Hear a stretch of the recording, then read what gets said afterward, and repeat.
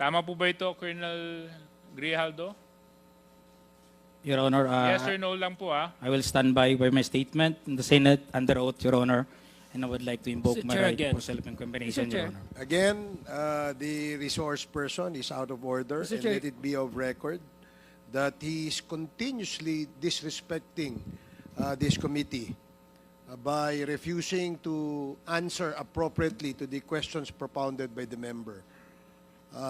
Alam mo, Colonel, if I may, DSJJ, binibigyan ka namin ng pagkakataon dito eh. Noong nasa Senado ka, ang tapang-tapang mo eh. Bakit dito ay mo magtapang ka rito?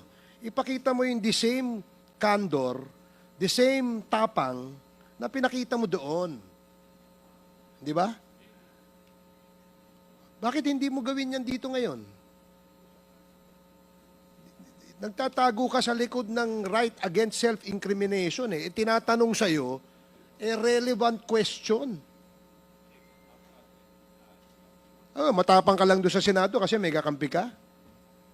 Dito ka magpakita ng tapang mo. Hindi yung nandoon ka lang. Alam mo, ang mahirap kasi sa'yo, gusto lang nating malaman ang katotohanan sa likod nito. Ang dami mo ng ginawa eh. Dinamay mo pa yung mga kasama na, hindi dahil sa kasama namin sila, kundi hindi tama ang nangyari at ginawa mo. You are trying to besmirch the reputation of this committee. Itong committee ito, hindi ito gawa-gawa lamang.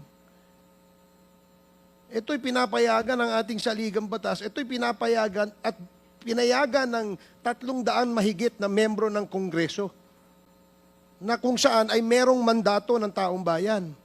Kaya wag mong pastusin ito. Yung tapang mo, nawawala eh. Tawagin mo yung kakampi mo.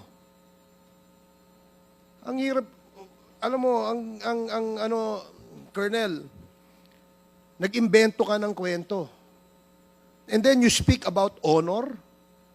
And then you speak about the gospel of that was given to you by a priest, talking about honor, and which, alam mo ba kung bakit mayroong honor?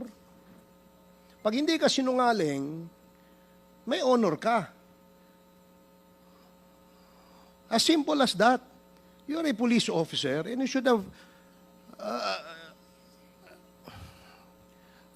kasi, yun ang dito eh. Anyway, DSJJ, you can continue. I totally understand the frustration of our chairman. In fact, it is the same place where I'm extracting my frustration from. No? Kasi nung Senate hearing, napanood ko yung binanggit mo, Colonel Grijaldo, at ako naman, araw-araw, hindi naman araw-araw, na tuwing magkakaroon ng Quadcom hearing, nandito ako. I make it a point I even come early. So, Colonel Grijaldo, you mentioned in your affidavit and even in the Senate hearing that you were coerced. Coerced by certain members of this committee. Totoo ba yun? O hindi? Your Honor, I would like to invoke O my right hindi? for It's a simple self-incrimination, yes or Your Honor. no.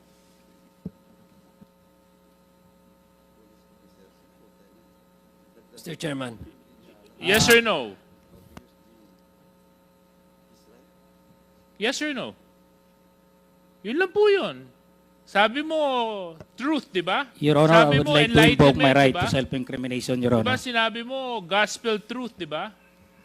When you talk of God, there's only right and wrong. There's nothing in between. You want to talk about honor, Colonel Grijaldo?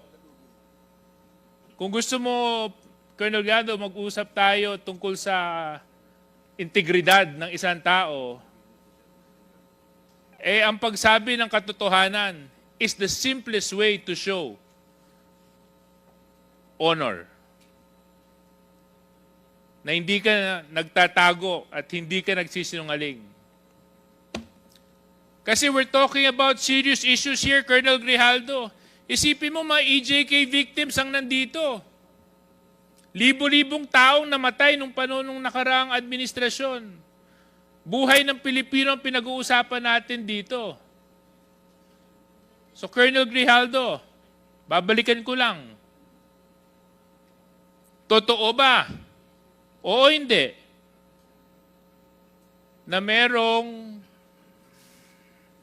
pumilit sa iyo na magsalita na hindi naaayon sa katotohanan dito sa Quadcom.